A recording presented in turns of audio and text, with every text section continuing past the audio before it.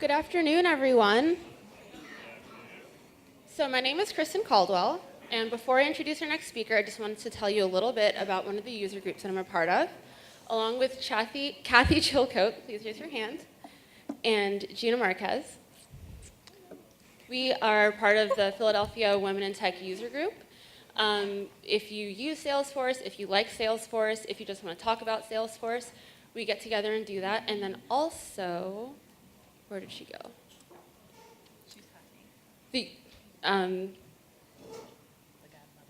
Linda, the godmother of Salesforce, she is here. She runs the Harrisburg user group as well. There she is, up at the top. So if you're interested in that group, please feel free to reach out to any one of us and talk a little bit more about it. Now, I have the distinct pleasure of introducing our next speaker. Svatka Simpson, developer, architect, consultant, and 17-year veteran of the Salesforce ecosystem, is here to share from her vast experience with us today. Starting as an admin, dipping a toe in development here and there, Svatka first joined the ecosystem in the early 2000s before moving into consulting as a technical architect. As she worked in Salesforce, she learned valuable information, such as the fact that not everything can be done with change sets. Eventually, she moved on to app development, and with Aperio, she has led more than 30 projects over the past 8 years, giving her exposure to various industries and insight into their verticals and trends. In addition to these projects, Svatka has led over 35 architects globally, both as part of her project team, as well as coaching them to the next step of their careers, helping developers become architects and helping them see their bigger and brighter futures. Now, we are fortunate enough to have her wealth of knowledge and experience shared with us today. To demonstrate architectural design and to inspire us to touch technology, please help me welcome Svatka Simpson.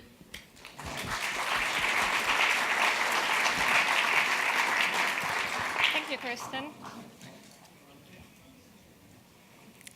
It's a pleasure to be here today, and I wanted to start with some stories about the chicken dance, but that was taken, or the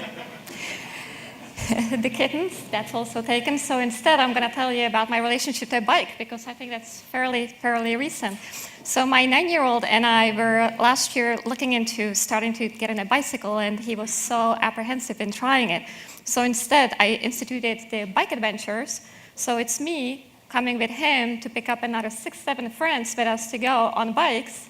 We stop at Wawa, get some ice cream, head to school, and then head through the golf course back. So it's up to us to go and get out there and try to do something new, right?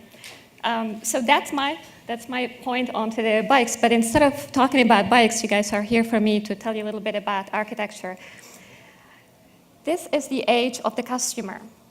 And we no longer can think about changing the platforms in terms of just supporting the business process alone or the hardware costs ROIs. But instead, all of the customers that I am working with, they are looking at it in terms of customer experience. They're asking, how do the next door companies innovate, and how do they actually look at connecting with their customers and workers? The worker X is now more important than ever. And so my name is Svatka Simpson. I am from Aperio. I manage and head up a team of really talented, smart Salesforce architects. And I wanted to give a shout out to the Salesforce Saturday crew in New Jersey, over there on the right-hand side. Woohoo! It wouldn't be possible for us to be such a good such a good community without groups like Salesforce Saturday or Alex's crew or the one in Philadelphia. Just to tell you a little bit about myself, I grew up in Europe. I am not British. I know we had a lot of British speakers today, so excuse my accent, it's a little different. So Czech Republic is in the middle of Europe, and I grew up in, I was, I guess, 12 when the Berlin Wall fell. And right after that, things started to change little by little. And the change has never really stopped me from learning new things. In the early 20s, I actually came to the United States, and I started to learn different kind of languages. Not just American English, which is quite different, but started to look at ASP.NET and JavaScript and style sheets and HTML. And for those that are a little on the older side, AS400 and RPG are really hard to learn. I don't know, do we know is there anybody else who knows AS400 and RPG? There you go. Woo-hoo. So for those that actually still remember, it was like 17 lines of code to make the dot to the right-hand side. Literally, that's just how terrifying that was. But luckily, I was really working in early 2000s, and so HTML style sheets were all really cool things to learn. And so I was thinking about just trying to tell you, how do people get into the industry, and just share a little bit of my journey with you here. So my first encounter with Salesforce was actually through my husband's company. He was working for a Philadelphia company called Starsight.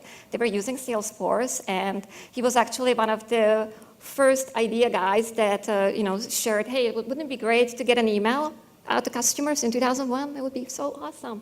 They sent him a hat, so he was so proudly wearing Salesforce hat in 2001. Little after that, I tried to introduce Salesforce to a company that I work with, and what we were doing is we actually developed a pre-app exchange app that was servicing real estate and financial companies and trying to gather the home buyers' trends, and sort of it was early prediction models in terms of what is the next home that would really be good for this particular customer based on their search home, the search history, as well as any new MLS properties that are coming on. How can we actually put those two trends together? And while we were there, we actually were one of the only ISV resellers of Salesforce licensing ever. Salesforce allowed us to actually do and resell our product, which was quite phenomenal. And at that point, I don't know how many of you remember 2004. How many of you bought a stock at $18? I didn't. I should have, but I happened to actually get an invitation to come to the party at the exchange. And so here I am, super new to Salesforce, excited, and Salesforce was such a cool company, and then as well, to say, come on, customers, come and party with us. We went public, right? And so after that, only 8 years later, here I am, and my company that I work for today, Period, we are a cloud computing company that actually support Salesforce, Workday, and Google. I was the one who was assigned to be the technical architect at New York Stock Exchange for Salesforce. I mean, how cool is that? It's like amazing. So enough about me. For those who know me, I'm very much introvert. I don't really talk about myself very much. But let's talk a little bit about what does an architect do. Typically, when we looked at engagement and assignments, we look at a current state, and we try to design for a future state. You're going to be looking at object modeling, security, and all of the cool features that Salesforce R&D team is coming up with in terms of pilots and proof of concepts. Those are the things that we are trying to build into our plans. And then you say, well, how does that really translate to the developers in a community? How many developers are here today? Beautiful. How about admins? How many admins do we have? About half. So the way how that works is that architects go in and they sort of come together and put a little blueprint, a little outline of what we are trying to make sure that we build into the process. What developers do, they actually take those and they take those guiding principles and take it feature by feature, persona by persona, and try to make sure that we secure, that they continue to secure the data, right? Because I think that's, in 2018, that is the hardest thing to do for us, to make sure that we contain and secure all of the information on the platform. So I was thinking it would be interesting to translate what do architects do day in, day out to what Salesforce has put together for us in terms of the certifications. And if you can see on the bottom here, we have admin and we have developer certs as the baselines. So that's where all of you guys start.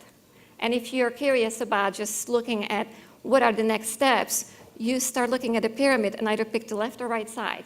I happen to go both ways because I just was really interested in both admin and the development side as well. So I actually I have a few on the left and a few on the right. Speaking of which, I'm very transparent, I share.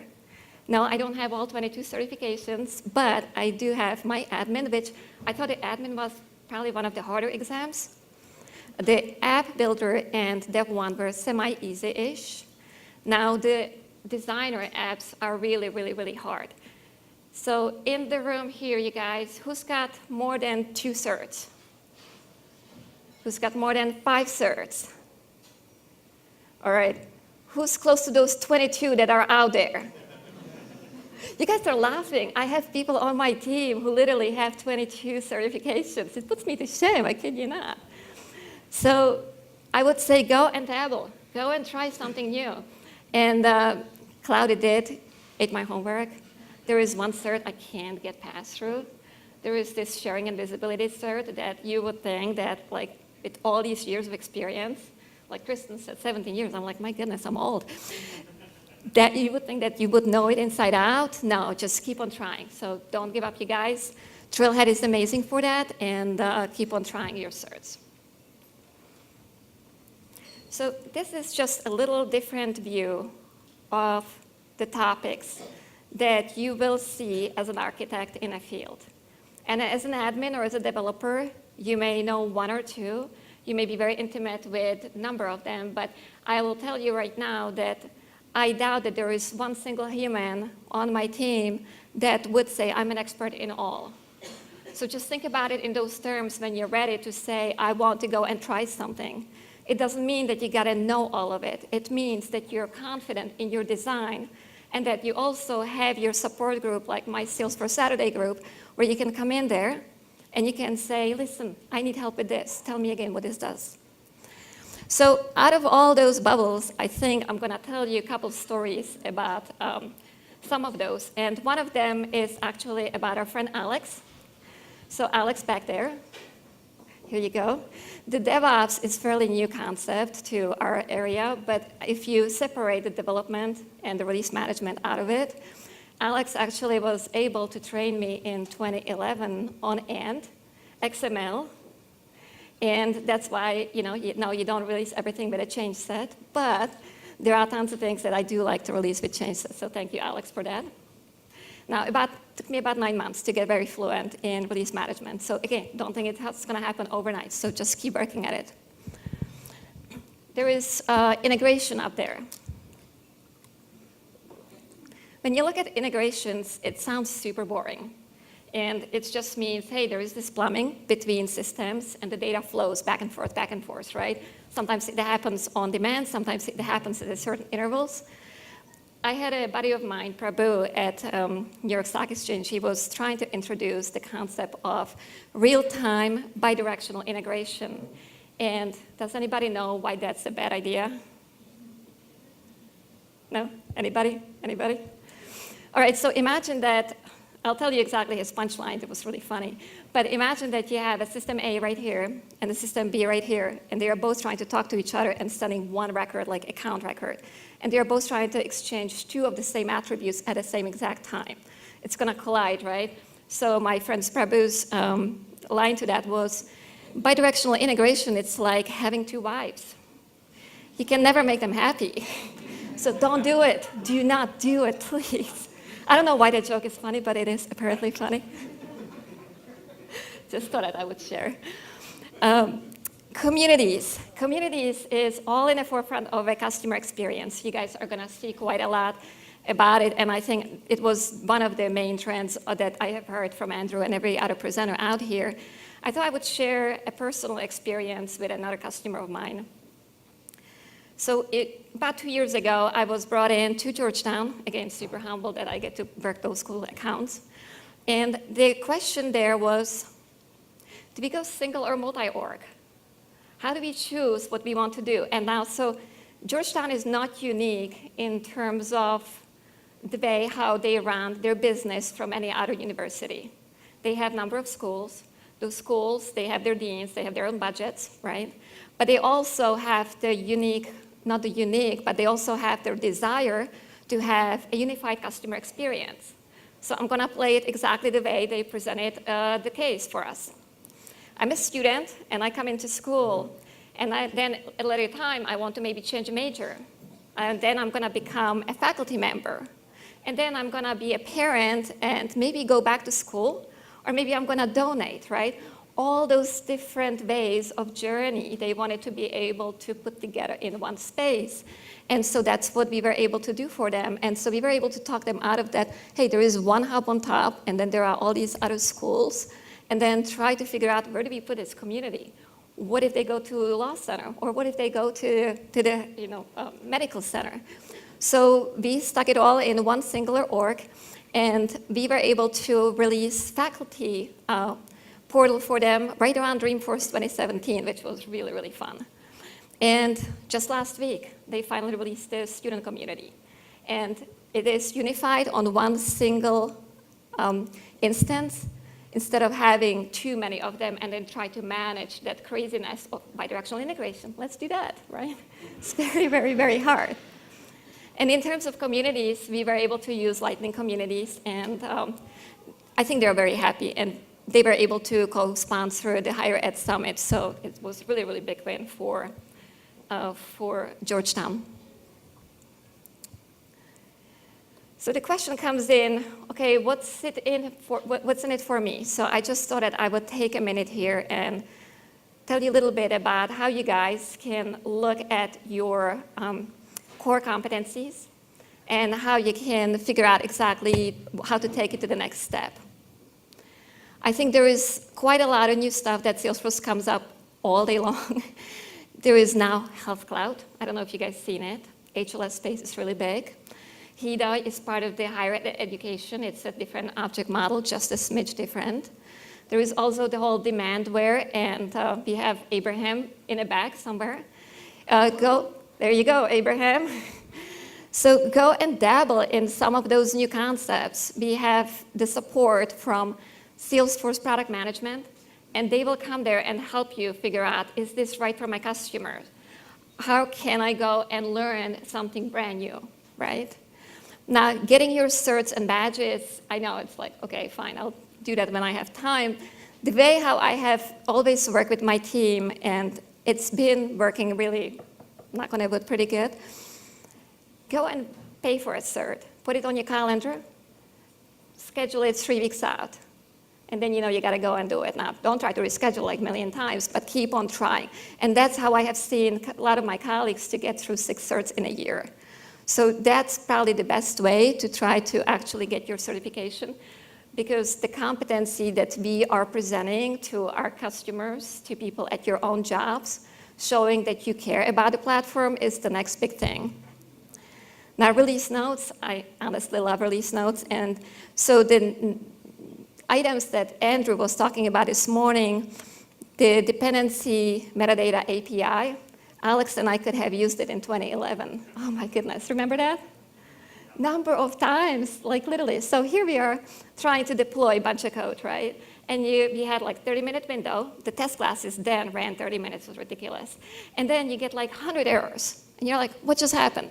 Someone forgot to include one field in the package.xml, and everything blew up, right? So then you go and you search, you find, you resolve the error, and then you go back and you rerun it, and you got 1,200 issues, and you're like, what happened next? The dependency API, and Salesforce had it all along in change sets, and now they are sharing, so that's pretty amazing. And last but not least, share your passion with others. You don't have to do all of these. I don't do all of these. I am not really into social media. I think Alex does a really excellent job with that. I don't really write blogs, but we have some people in the room, like our very own Judy San, that actually came in from the blogs into the community. Hello, Judy.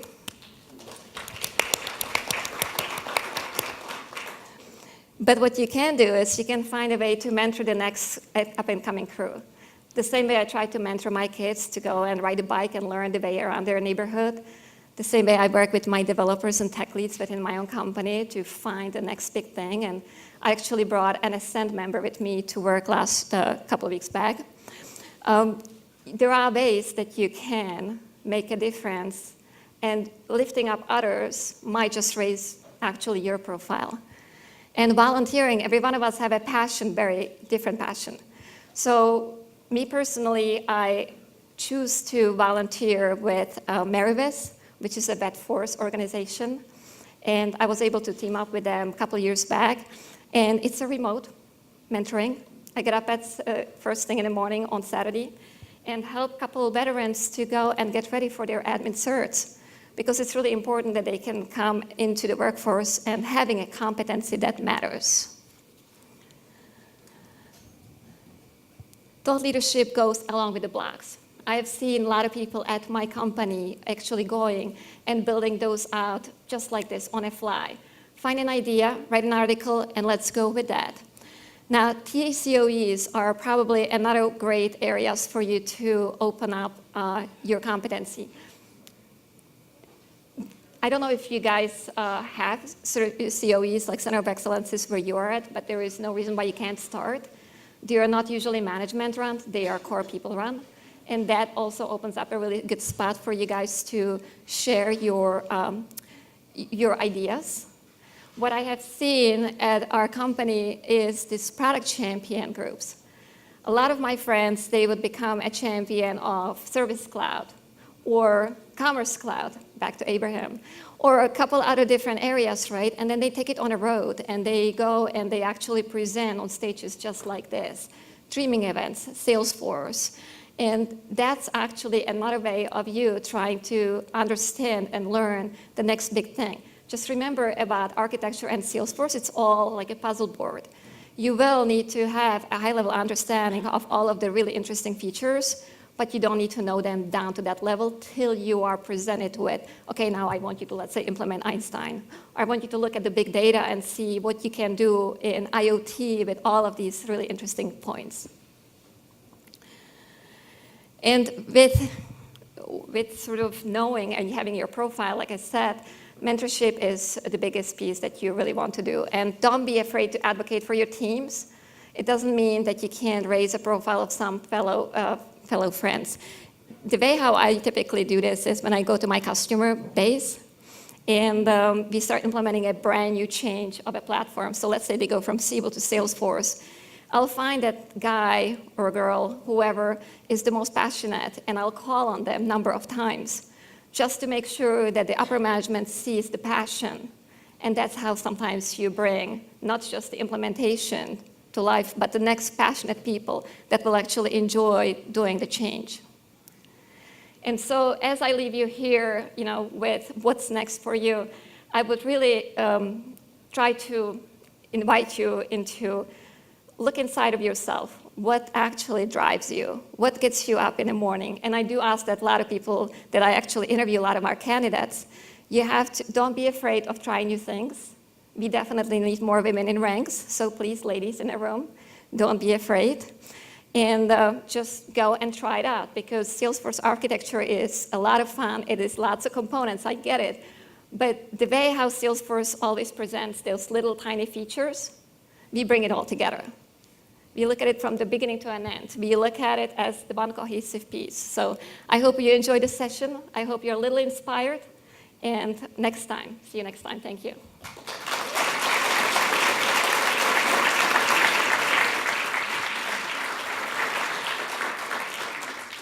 So we have some time for questions. If anyone has any questions, raise your hand and I'll come to you. Like Alex, I'm not coming upstairs though, so you can come down here. Hi. So I myself have 2.5 years of experience working with the Salesforce platform. I've been working as a developer, mostly working with Lightning platform. Okay. So I've been headed into my architect journey, and I sort of wanted to get CTA by 2020. End of 2020 is my target. But I see the years of experience that they mentioned for the technical architecture. Back then, when somebody says an architect, you really see people with 10 to 15 years of experience, or even more than that, working with many platforms. So for a young guy like me with minimal exposure and minimal experience, what kind of advice do you go when going out for these kind of certifications? That's a really good question here. So CTA is the hardest exam out there that I have seen. It is almost as if you were looking at a solution architecture over technical architecture. The way how you can look at it is you're going to be prompted with 8 pages of content, and you have to be able to solution on a fly the full solution, forget money, right? Whatever you can imagine the solution needs to be, as long as you secure the application by persona and you solve for every single topic in each one of those lines. You're going to be asked to design an object model, integration model, your profiles role security, as well as OAuth. And sometimes they even ask about communities or hybrid versus sort of native on mobile, right? So all of those will come in play. But I think the hardest thing with the CTA is just being able to go in there and under that time constraint, come up with a really cohesive solution. Presenting back to the crew or to the judges is very, very heartbreaking because they will not show any emotion whatsoever. This is really, really heart-wrenching. I had so many guys that actually went through this a couple times and they didn't make it, and then you have to go, pick your ego back up, and then try again, because you know what? You can't quit. You went so far, right? And so you basically present your solution, and then you go back out there into sort of hallway, and they go and they chat about how well or not well you designed the solution, and then they come back with questions, right? So I don't know if it is about number of projects. I've probably maybe solutioned 30, 40 projects. It's about the fastness of you being able to make up your mind on a design with this little time, as well as knowing every single limit that's on a platform to go in and defend your solution. So it's practice, practice, practice. I don't think it matters if you have been with platform for 10 years or 3. I think I remember more stuff that is obsolete than you will because you just came in. So you might have a better chance than I do. How's that? So I hope that I inspired you to go and try it regardless of that. Good deal. Anybody else?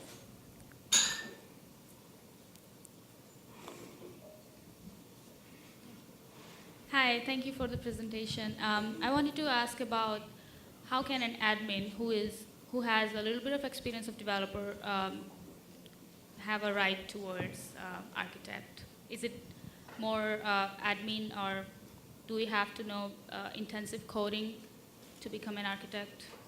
Really good question. I actually had a BA. I think it was 2012. I was working in Ceridian with a BA of mine, and he was more of an admin, a little bit dabbling in code. And he was able to say, he walked to me and he says, you know, we have this territory management project, like within the assignment. I think I want to take it. I think I want to go and try to actually solve for it. And it wasn't point and click per se, and he did have support of developers. And I said, go for it. I mean, just raise your hand, try to do different things. He ended up moving into tech lead role, and then from a tech lead role ended up being an architect. And he's been an architect ever since. I think that it's actually good to have a business and technology background to develop a cohesive architect so that you can design your solution based on a couple other elements, not just the code and the back end. Because if you're missing the why and you can't relate to the C-level execs and you don't understand their bigger picture, your solution will be just so-so. So I think if you have a chance, you just have to raise your hand when you're ready to do some coding. I would want you to know how to read the code if you can't. I think it's important that you understand the back end of the object model for sure. And there are really great trailheads to just put your feelers in. Hey, what does it take to make a component? There's a JavaScript, there is a little bit of there are a number of files. And so knowing that will get you a little closer to it. I don't think you have to be a hardcore developer, but you need to know enough to be dangerous a little bit. So I think it's actually a mixture of both that helps you to become a really good architect. Thank you for your question. Hi, thank you for the presentation. So in your Salesforce Architect journey on ecosystem, I'm just curious, what was your most challenging project as a technical architect? Really good question. I just came off of an assignment that was for a healthcare life sciences firm up in New Jersey. And it's a global firm, so I'll give you a little bit of a landscape what they had. Imagine that you have a healthcare life sciences company that is a global firm that comes in from M&As. So they had 6 orgs altogether. They had 2 in North America, 1 in EMEA, and 3 in Asia Pac. And they asked us for 3 things. One is, hey, I want to consolidate some of those, right? Just maybe have them by region. 2, how can I go lightning? And 3, how can I have one customer experience, customer community? And so in that project, it was very, very hard to figure out why did they go regional to one, right? Like, why are those business regional and why are they not global, right? 2, if we do go and consolidate, what is the current technical debt? So where admins do really good is they do declarative stuff. The Australia org was all declarative. It was 11 years old, it was amazing. China and Asia Pac orgs, they were all code. And they went even like a step further, and instead of like doing partners on communities, they went with Force.com licensing. So they co-mingled the internal licensing over the external licenses, which would secure the platform a little better. And the last but not least is, how do you create this community where you have one customer coming in, searching knowledge base so that I don't have to go and implement customer community and knowledge base in multiple languages for the same company in 3 different silo orgs, right? Once we actually consolidate to 3. And the kicker on that is they just purchased another company with 10 orgs. Yep. There you go. You're welcome. Any other questions? Anyone?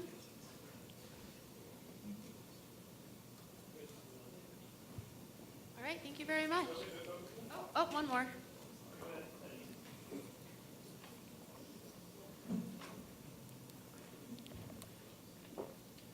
So I couldn't let you get off the stage that easy. That's all right. So you've been doing some fantastic stuff in your role with mentoring and developing new architects, and that's why I wanted to wonderful to have you talk about it today. Could you give some advice to other partners, other customers, those who either already are in leadership roles in technology or in business? How can they best support their teams that are working on the Salesforce platform to advance their skills? What kind of things can they do? A lot of the obvious things, Trailhead and certifications, but kind of more of the culture and the resources and circumstances that they provide to their team to develop themselves as. No, good question, really good question. So at Aperio, I was very fortunate to join this leadership training, which was situational leadership, and that kind of brought together some principles in terms of how do you actually solve for different types of situation and how do you rank yourself in different competencies. So what we ended up doing is we look at a CTA or sort of certification, and we broke it out into line items, and we worked with every single team member. Now this is not scale, I get it.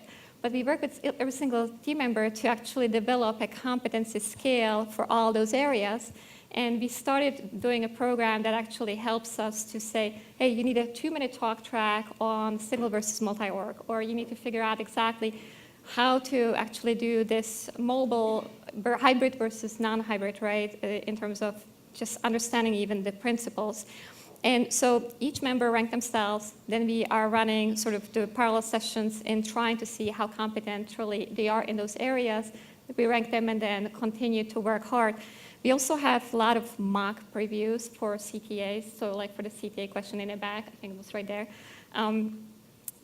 Keep trying, keep on working hard. And you know what, we are in such a transparent place and we are in such a safe place that we don't judge one another. We know that every one of us has a very diverse understanding of the platform, but we actually grow from each other, right? So like Alex helped me with release management, and Judy just taught me more about flows the other day. You have to learn from the people around you, and you also have to be open for feedback. So if you were to develop something like we have developed at Aperio, which is a huge cultural, like really fun, cool place to hang out at, you have to remember that it has to be in a safe environment, that you guys don't point fingers or whatnot, but are looking at the leaders that are really good at X, and those leaders will elevate the group of the people that actually are not. I am actually in the middle of Service Cloud training. Yeah, I know I haven't really done it yet, right? But I'm in the middle of that training, and it was 140 of us that signed up. I don't care how long I've been at my company. I signed up for the training because I need to develop my competency, and I'm going to learn from Jeff Gross and all my friends that are in that base. So I would say 3 things. Don't be afraid to ask for help. Develop programs within your company that enable sharing, and do the hard work. Rank yourself and see exactly where you're at with each competency and be honest with yourself to go and try to learn that. Good question. Anybody else? All right, thank you very, very much. Thank you, guys.